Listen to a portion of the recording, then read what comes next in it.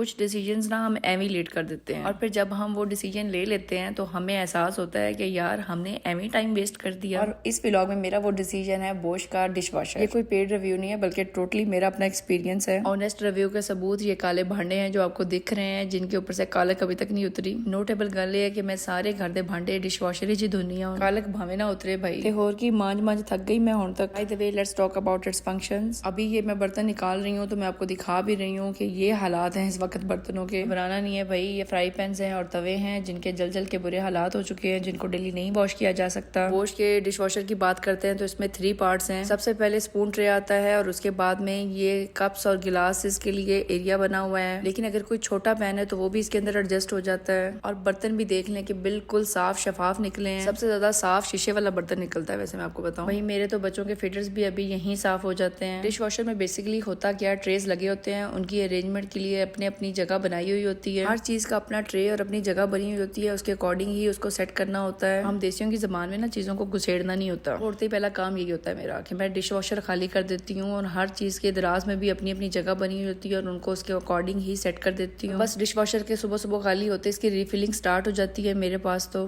लेकिन हाँ, यहाँ फिल्टर करना होता है कि ये डिश वॉशर फ्रेंडली है भी या नहीं। अगर कोई मशीनरी में से पार्ट ऐसा निकला है जिसको अंदर डिश वॉश नहीं करना होता तो वो मैं अपने हैंड वॉश कर लूंगी। घर की डेली यूज की डिशेस तो इसके अंदर ही जाएंगी। इतनी इसी में है कि यहाँ एक बार पानी निकाल दिया जाए। यहाँ मैं डस्टर से भी वॉश कर सकती हूँ और टिश्यू से भी कर सकती हूँ। डिश वॉशर सिंक के साथ ही रखा हुआ है, सो इसलिए मैं यहाँ बस पानी ही एक बार निकाल दूंगी। और बर्तन पे सालन और चिकनाई भी नहीं लगी होती, इसलिए ज्यादा टाइम भी नहीं लगता इन चीज पे। बस यहाँ ट्रे की अपनी सेटिंग होती है, उसके अकॉर्डिंग ये चीज को रखना होता है। अगर हम ये सेटिंग्स फॉलो ना करें तो आपको ये फैंस नजर आ रहे हैं ना, और अगर फिर गलत अरेंजमेंट पे बर्तन टकराएंगे तो नुकसान तो होगा। इसकी प्रॉपर फंक्शनिंग तभी हो सकती है जब हम इसकी इंस्ट्रक्शंस को फॉलो करते हैं। इस होल में एक्चुअली सॉल्ट डाला जाता है, हम इसको अभी रिफिल कर देंगे। ये मशीन की सफाई के लिए भी अच्छा है और बर्तनों की सफाई के लिए भी। इसके साथ में ही फैन के नीचे ये फिल्टर लगा हुआ है। ये फैन घूमेगा ना तो हवा नहीं आएगी बल्कि पानी घूमेगा इसके अंदर, और फिर उसी से तो बर्तन साफ होंगे। और फिर इसके नीचे ना फिल्टर लगा हुआ है। अगर हम बर्तनों के सालन और खाना प्लेटों के अंदर ही रहने देंगे ना तो ये फिल्टर भी बंद हो जाएगा। एक बार पानी फेर लेना कोई ज्यादा मेहनत का काम नहीं है, इसलिए मैं पानी फेर लेती हूँ। अदरवाइज टिश्यू से भी समटाइम्स मैं क्लीन कर लेती हूँ। Again I am telling you कि चिकनाई और ग्रीस भी साफ कर देनी चाहिए, ये कोई बहुत बड़ा काम नहीं है। यहाँ